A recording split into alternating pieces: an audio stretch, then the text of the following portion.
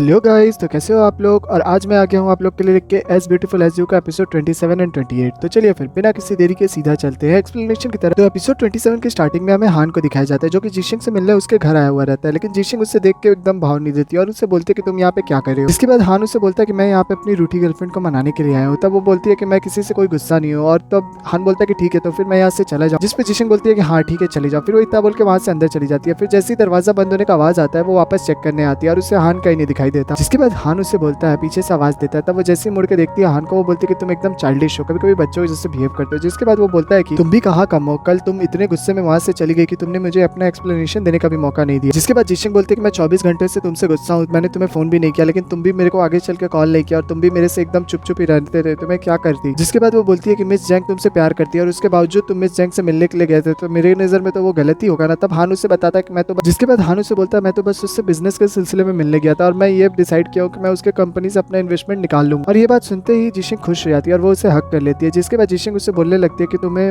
मुझे ऐसे नहीं ट्रीट करना चाहिए था, शायद ये मेरी ही गलती है। हम लोग काम में इतना ज्यादा बिजी रहते कि एक दूसरे को वक्त नहीं दे पाते और मुझे ये भी नहीं पता रहता कि तुम अपने काम से कब फ्री होते। तभी हान उसके फोन को ले लेता है और फिर वो उसमें अपना फोन का सारा सेटिंग इंस्टॉल कर देता है। जिसके बाद जैसे ही उसका फोन जहाँ पे भी लोकेट रहेगा वो उससे दिखाई दे देगा और ये चीज देख के जिशिंग खुश हो जाती है। जिसके बाद जिशिंग हान को किस करती है। तभी हान उससे किस करने से पहले शामिन का नाम चिल्लाता है। तब शामिन के बारे में जिशिंग बताती है कि वो अभी बाहर गई है और ये सुनते ही हान खुश हो जाता है और वो उसे अपने साथ अंदर रूम में लेके चले जाता है। दूसरी तरफ हमें चियांग को दिखाया जाता है जो कि शामिन को लेके सी साइड पे आया हुआ रहता है। तब शामिन चियांग से पूछती है कि तुम मुझे यहाँ पे क्यों लेके आए हो। तब चियांग बोलता है कि तुम यहाँ सी साइड पे आके तुम्हारा मूड फ्रेश हो जाएगा और तुम अपने सारी नेगेटिव वाइब्स निकाल दो। जिसके बाद शामिन चियांग को बोलती है कि मैं बहुत ज्यादा ही अपसेट हूँ क्योंकि मेरी सारी फ्रेंड्स अपने लाइफ में एक अच्छे मुकाम पे है, कोई सिंगर बन गया, कोई बिजनेसमैन बन गया और मैं सब चीज करती हूँ लेकिन कुछ भी चीजें अच्छी से नहीं कर पाती। जिसके बाद चियांग उससे बोलता है कि देखो तुम मुझे ही देख लो, मैं भी पहले अपने आप को रिग्रेट बहुत ज्यादा फील करता था, लेकिन आज के रेट में मैंने जो चाहा वो हासिल कर लिया। तुम भी अपने आप को नेगेटिव चीजें छोड़ के अपने आप पे वर्क करो और तुम जो चाहोगी वो तुम हासिल जरूर कर लो। जिसके बाद शामिन उसकी बातें सुन के काफी ज्यादा मोटिवेट होती है और जोर जोर से चिल्लाने लगती है और वो बोलती है कि मैं अब वापस लाइव स्ट्रीम कर सकती हूँ। उसके बाद फिर वो लोग साथ में घर आ जाते हैं, जहाँ पे शामिन और चियांग जैसे ही घर के अंदर आते हैं वहाँ पे वो देखते हैं कि हान लेडीज पजामा पहन के वहाँ पे खड़ा रहता है और तभी अंदर से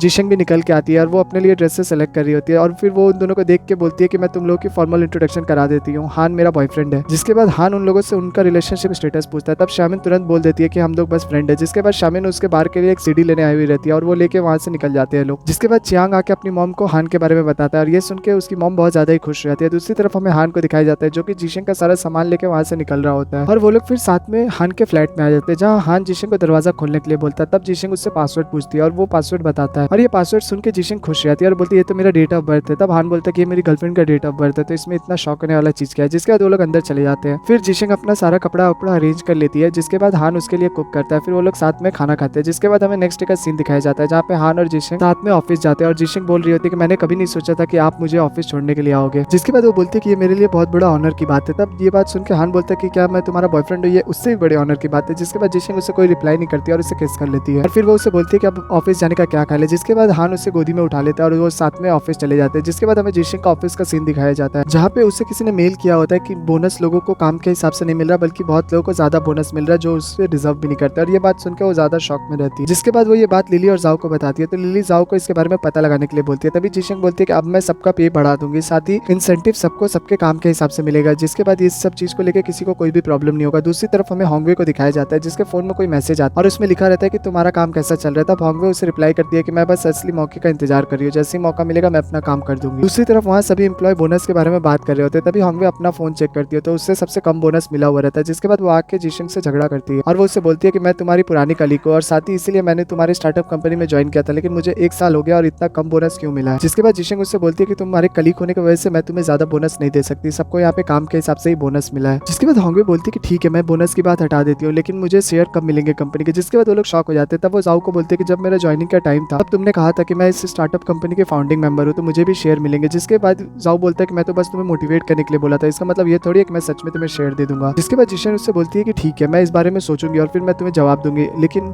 अभी मैं इस बारे में कुछ भी नहीं बोल सकती क्योंकि तुम यहाँ पे एम्प्लॉयमेंट कॉन्ट्रैक्ट पे हो और तुम यहाँ की एम्प्लॉय हो ना कि शेयर होल्डर। जिसके बाद होंगवे बोलती है कि ठीक है मैं तुम्हारे जवाब का इंतजार करूंगी और फिर वो बोलती है कि मैं अब कंपनी से रिजाइन कर रही हूँ और मैं फिर अपना रेजिग्नेशन लेटर तुम्हें भेज दूंगी और इतना बोल के वहां से निकल जाती है। दूसरी तरफ हमें पार्किंग लॉट का सीन दिखाया जाता है जहाँ पे होंगवे असिस्टेंट लुक को कॉल कॉल करती है और वो असिस्टेंट लू और कोई नहीं, ह्यून का असिस्टेंट लू होता है। हायुन के कहने पे ही ये सब चीजें हो रही होती है और होंगवे भी जानबूझ के ये सब चीजें कर रही होती है। दूसरी तरफ हमें जिशेंग और हान को दिखाया जाता है, जहाँ पे जिशेंग सारी बातें हान को बता देती है और हान बोलता है कि ठीक है, अभी मैं ये सब बातों को मैं ध्यान नहीं दे सकता, मैं भी एक मीटिंग के लिए जा रहा हूँ और वो मीटिंग बहुत जल्दी खत्म हो जाएगी। जिसके बाद हम लोग साथ पे कहीं पे खाने चलेंगे। जिसके बाद वो बोलती है ठीक है, फिर वो उसे एक जगह पे लाके वेट करने के लिए बोलता है और दूसरी तरफ वो मिस्टर जाओ से मिलने के लिए चला जाता है, जहाँ पे वो मिस्टर जाओ के लिए डील के लिए ऑफर करता है। लेकिन वो बोलते हैं कि नहीं, मुझे थोड़ा अमाउंट अगर आप बढ़ा के दोगे तो मैं ये डील कर लूंगा। लेकिन हान बोलता है कि मैं वो अमाउंट ऑफर नहीं कर सकता क्योंकि मेरी भी कुछ लिमिट्स है। और उसके बाद फिर वो बोलता है कि अगर आप मुझे उस लिमिट में खरीदने के लिए तैयार है, मैं अभी एग्रीमेंट साइन करने के लिए रेडी हूँ, अदरवाइज आप यहाँ से जा सकते हैं। जिसके बाद वो नहीं मानता और वो वहाँ से उठ के चला जाता है। उसके बाद उसका असिस्टेंट आता है और बताता है कि मिस्टर चैन और डायरेक्टर जाउस दोनों काफी बार मिल चुके हैं और ये लोगों ने आपस में ही डील कर चुके हैं, इसीलिए वो ऐसा बर्ताव कर रहे हैं। जिसके बाद हान उसे कुछ लिख के देता है और वो देख के पढ़ के उसका असिस्टेंट समझ जाता है और बोलता है ठीक है, मैं समझ गया मुझे क्या करना है। जिसके बाद वो वहाँ से चला जाता है। दूसरी तरफ हमें जिशेंग को दिखाया जाता है, जो वहाँ से निकलते वक्त हान के लिखा हुआ चीज पढ़ लेती है। फिर वो लोग साथ में खाने पे चले जाते हैं, जहाँ पे हान बोलता है कि मैं तुम्हें इसलिए यहाँ पे लेके आया था कि तुम यहाँ पे सारे बिजनेस राइवल्स की चीजों को देखो और समझो। जिसके बाद वो उससे बोलता है कि एक बात जान लो, बिजनेस में कोई भी दोस्त नहीं होता। अगर तुम अपने एम्प्लॉयज को दोस्त बनाने जाओगी तो फिर तुम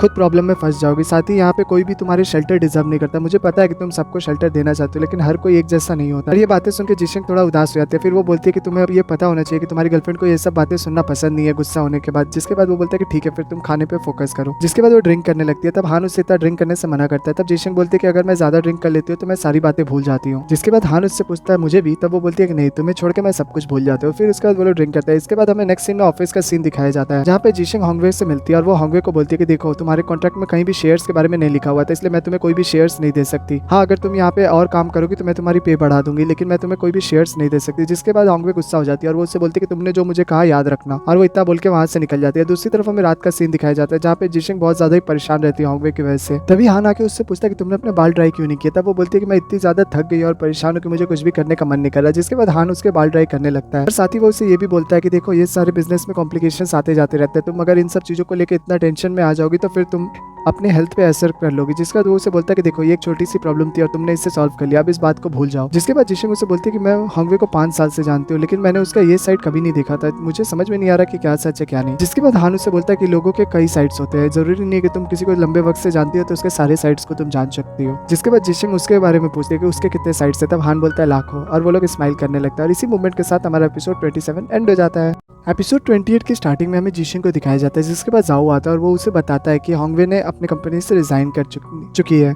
तो अब ये बात सुन के जिशेंग बोलती है कि ठीक है, अगर उसने खुद से रिजाइन किया तो फिर अब जो भी कंपनी के रूल के हिसाब से पॉलिसी होगा वही हम लोग फॉलो अप करेंगे। दूसरी तरफ हान जिशेंग को मैसेज करता है और वो बोलता है कि क्या वो उससे मिलने के लिए आ सकते हैं। जिसके बाद जिशेंग निकल जाती है उससे मिलने के लिए। तभी वो कंपनी में जाने के बाद सुनती है मिस्टर जाओ को कंपनी से निकाल दिया गया रहता है और ये बात सुन के उसे शॉक लगता है। जिसके बाद फिर वो अंदर आके हान से पूछती है कि क्या मिस्टर जाओ को निकालने में तुम्हारा हाथ है। तब हान उसे अपने सीट पे ले जाके बैठाता है और फिर उससे पूछता है कि तुम्हें क्या लगता है। तब जिशेंग बोलती है कि हाँ, बिकॉज वो डिजर्व भी करते थे, उन्होंने उस दिन तुमको ड्रिंक करने के लिए फोर्स भी किया था और कहीं ना कहीं वो बाहर रिश्वत खिला के अपना काम किया करते थे, तो मुझे इससे समझ में आ चुका है कि वो क्यों बैंकरप्ट हो गए थे। जिसके बाद हान उससे बोलता है कि तुम काफी ज्यादा समझदार हो गए। उसके बाद फिर वो उससे पूछता है कि तुमने क्या अपनी लिपस्टिक चेंज किया। जिसके बाद जिशेंग बोलती है कि तुम समझ गए, और फिर वो उससे पूछती है कि कैसे लग रही हूँ मैं। जिसके बाद वो उससे किस कर लेता है और बोलता है कि तुम हमेशा अच्छी लगती हो। दूसरी तरफ हमें दिखाया जाता है कि वो लोग साथ में कहीं जा रहे होते हैं। तभी अचानक जिशेंग के फोन पे वीचेन ने इन्विटेशन भेजा रहता है अपने शादी का, और ये चीज देख के जिशेंग थोड़ा अपसेट हो जाती है। तभी उसे वहाँ पे वीचेन का एक वॉइस नोट भी आता है, जहाँ पे वो बोलती है कि तुम मेरी बहुत स्पेशल फ्रेंड हो और मैं तुम्हें खोना नहीं चाहती, इसलिए मैं चाहती हूँ कि प्लीज तुम मेरी शादी पे। और ये सारी चीजें बगल में बैठा हान भी सुन लेता है और वो उससे पूछता है कि क्या वो जाने वाली है। जिसपे जिशेंग हाँ में जवाब दे दिया। तब हान बोलता है कि ठीक है, तब इस फंक्शन में मैं भी तुम्हारे साथ चलूंगा। दूसरी तरफ हमें उन लोग के घर का सीन दिखाया जाता है, जहाँ पे हान अपने फैमिली फोटो देख रहा होता है। जिसके बाद जिशेंग उसके पास आती है और उससे पूछती है कि तुम ये क्या देख रहे हो। तब हान उससे बताता है कि ये मेरे फैमिली के साथ लास्ट फोटो है। जिसके बाद जिशेंग भी उसे हक करके वो फोटो देखने लगती है। तभी उसे फोटो में एक स्टफ टॉय दिखता है और हमें फिर फ्लैशबैक में दिखाया जाता है कि जिशेंग की मॉम ने उसे वो लिमिटेड एडिशन का स्टफ टॉय दिला दिया रहता है। जैसे ही वो लोग वहाँ से लेके निकल रहे होते हैं, तभी वहाँ पे हान की मॉम आती है वो स्टफ टॉय लेने के लिए, लेकिन सेल्स गर्ल बताती है कि वहाँ पे वो टॉय एक ही था और वो ऑलरेडी बिक चुका है। जिसके बाद जिशेंग हान की मॉम को एक टॉय दे देती है और बोलती है कि मैंने 2 लिया था, इसलिए एक टॉय ये आप अपने बच्चे के लिए एज अ गिफ्ट ले लीजिए। जिसके बाद हान की मॉम पैसे भी दे रही होती है, लेकिन हान की मॉम को जिशेंग की मॉम मना कर देती है और बोलती है कि आपको पैसे देने की कोई जरूरत नहीं है। और ये सारी बातें जिशेंग को याद आ जाती है वो फोटो देखने के बाद, लेकिन जिशेंग हान को कुछ बताती नहीं है। उसके बाद फिर हमें नेक्स्ट डे का सीन दिखाया जाता है, जहाँ पे जिशेंग हान को लेके कहीं जा रही होती है और हान उससे पूछ रहा होता है, लेकिन जिशेंग बोलती है कि एक सरप्राइज है। जिसके बाद फिर फिर वो लोग वहाँ से निकल जाते हैं। दूसरी तरफ हमें लिली को दिखाया जाता है जिससे मिलने के लिए शाओ आया हुआ रहता है। तब लिली उसे बोलती है कि मैं अभी बिजी हूँ और मुझे कहीं जाना है, इसलिए क्या मैं तुमसे बाद में मिल सकती हूँ। लेकिन शाओ बोलता है कि मुझे बस 2 मिनट टाइम दे दो। फिर वो उसे बेबे का रिकॉर्ड किया हुआ वीडियो दिखाता है जहाँ बेबे बोल रही होती है कि आज मेरे स्कूल में पेरेंट टीचर मीटिंग है, इसलिए मैं अकेले सिर्फ अपने पापा के साथ नहीं जाना चाहती, इसलिए क्या आप भी प्लीज आओगी। जिसके बाद लिली भी मान जाती है और वो शाओ को अंदर बुलाती है और दूसरी तरफ वो शामिन को वॉइस नोट भेज देती है कि वो अभी बिजी है इसलिए वो नहीं आ पाएगी। दूसरी तरफ हमें शाओ और जिशन को दिखाया जाता है जिसके बाद वो हान का आंख बंद करके रखने के लिए बोलती है और फिर वो उसे एक एक्वेरियम में लेके जाती है और फिर वो उसे बोलती है कि अब तुम अपने आंखें खोल सकते हो। जिसके बाद जैसे ही वो आंख खोलता है तो जिशन उसे बोलते हैं तुम्हें ये देख के कुछ याद आया। तब हान बोलता है कि तुम मुझे क्या दिखाना चाहती हो। तब जिशन उसे अपनी एक बचपन की फोटो दिखाती है और वो फोटो देख के हान बोलता है तुम क्या अपनी बचपन की मेमोरीज मेरे साथ शेयर करना चाहती हो। तब वो बोलती है कि एक बार जूम करके कॉर्नर में देखो। तब वो देखता है कि उस फोटो में और कोई नहीं उसके पेरेंट्स और वो होते हैं। जिसके बाद ये देख के हान शॉक हो जाता है। तब जिशन उसे बताती है कि वो स्टफ टॉय मैंने ही तुम्हें दिया था बचपन में और मुझे ये बात सुन के काफी ज्यादा खुशी मिली कि मैं तुम्हारे पेरेंट्स से अभी मिल चुकी हूँ। ये चीज देख के हान भी बहुत ज्यादा शॉक हो जाता है और वो बताता है कि उसकी मॉम ने भी उसे बताया था कि किसी लड़की ने उसे वो गिफ्ट दिया और वो लड़की तुम हो। और ये बात सुन के वो दोनों काफी ज्यादा खुश रहते हैं और फिर वो लोग हक कर लेते हैं। उसके बाद नेक्स्ट सीन में हम देखते हैं कि जिशंग हांग को लेके स्टफ टॉय खरीदने के लिए आई हुई रहती है और स्टफ टॉय खरीदने के बाद जिशंग हांग को बोलती है कि चलो अब हम लोग बाहर में चलते हैं। जिसके बाद हान मना कर देता है और बोलता है कि मुझे भी तुम्हें कहीं लेके जाना है। जिसके बाद जिशंग बोलती है कि वहाँ पे मेरी फ्रेंड्स वेट कर रही है। तब हान बोलता है कि तुम्हें उन सब चीजों की टेंशन लेने की जरूरत नहीं, मैं ऑलरेडी उन लोग से बात कर चुका हूँ। जिसके बाद फिर वो उसे कहीं लेके चला जाता है। दूसरी तरफ हमें चियांग और शामिन को दिखाया जाता है जो लोग वहीं कैफे में बैठ के उन लोग का वेट कर रहे होते हैं। तभी चियांग बताता है कि कोई भी नहीं आ रहा, सब कोई अपने अपने काम में बिजी है। जिसके बाद शामिन काफी ज्यादा सैड हो जाती है। तभी चियांग नाटक करता है पेट दर्द का। तभी वो बोलता है कि मेरी मेडिसिन लेके आओ। जैसे ही शामिन मेडिसिन ढूंढने के लिए जाती है चियांग वहाँ का सारा डेकोरेशन खराब करके वहाँ पे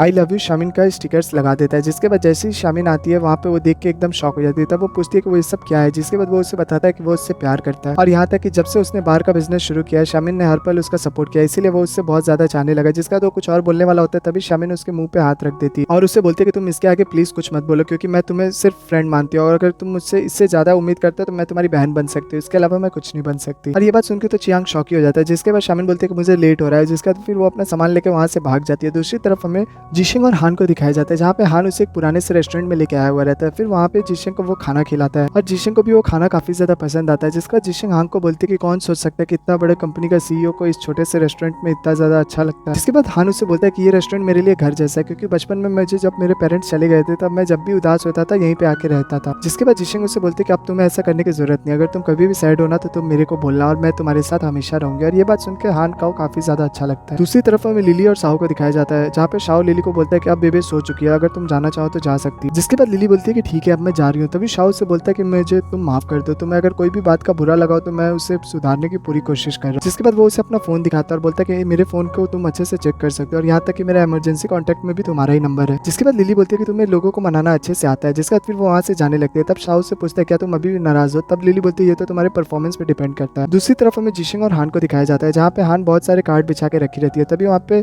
जिशिंग के कार्ड्स को देख के हान शॉक हो जाता है। फिर हान जिशिंग से पूछता है कि ये सब क्या है। तब जिशिंग उसे बताती है कि ये सारे तुम्हारे बर्थडे गिफ्ट है, तुम इसमें से कोई भी एक लोकेशन डिसाइड करो। और वो उससे बोलती है कि जो भी एक्टिविटीज तुम सेलेक्ट करोगे हम लोग वो एक्टिविटीज करेंगे। जिसके बाद हान बोलता है कि ठीक है। उसके बाद फिर वो अपने सारे कार्ड्स को लेकर अपने लॉकर में रखने लगता है। तभी जिशिंग बोलती है कि तुम ये कार्ड्स को लॉकर में क्यों रख रहे हो। तब हान उसे बोलता है कि ये सारे मेरे लिए बहुत ज्यादा स्पेशल है इसलिए मैं इसे अभी नहीं यूज करना चाहता। फिर वो बोलती है कि तुम अभी क्या करना चाहते हो। तब वो बोलता है कि मैं अभी अपना बॉयफ्रेंड कार्ड इस्तेमाल करूंगा। जिसके बाद फिर वो लोग साथ में रोमांस करने लगते हैं। दूसरी तरफ हमें शामिन को दिखाया जाता है जो कि चियांग के प्रपोजल के बारे में ही सोच रही होती है और दूसरी तरफ चियांग भी बहुत ज्यादा अपसेट दिखाई दे रहा होता है शामिन की वजह से। दूसरी तरफ हमें लिली को दिखाया जाता है जहाँ पे वो शाओ को मैसेज करती है और बोलती है कि क्या वो उसके साथ उसके बेस्ट फ्रेंड के शादी में चलेगा, जिसके लिए शाओ तुरंत ही मान जाता है। उसके बाद हमें ऑफिस का सीन दिखाया जाता है जहाँ पे लिली, जिशिंग और जाओ साथ में ऑफिस पहुंचते हैं।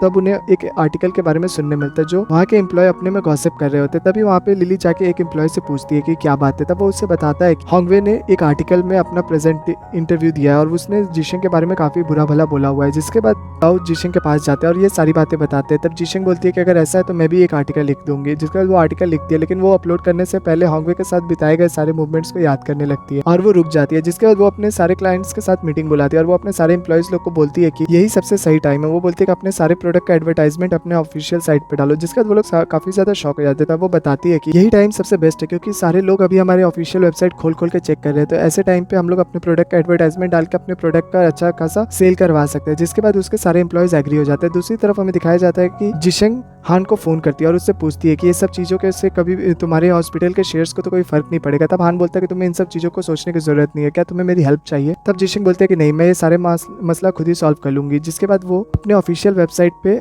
अपने और जाऊ के सारी स्टोरी शेयर कर देती है कि कैसे उन लोगों ने अपनी कंपनी को शुरुआत की, जिसके बाद सारे लोगों को उन लोगों की स्टोरी ज्यादा अच्छी लगती है और ये सारी बातें दब जाती है। और ये देख के हान भी काफी ज्यादा इंप्रेस हो जाता है और इसी मूवमेंट पे हमारा एपिसोड 28 एंड हो जाता है। इसका नेक्स्ट एपिसोड बहुत जल्द हमारे चैनल पे अपलोड होगा, तब तक प्लीज हमारे वीडियो को लाइक और हमारे चैनल को सब्सक्राइब कर दे। जल्दी मिलते हैं इसके नेक्स्ट पार्ट में, तब तक के लिए बाय बाय।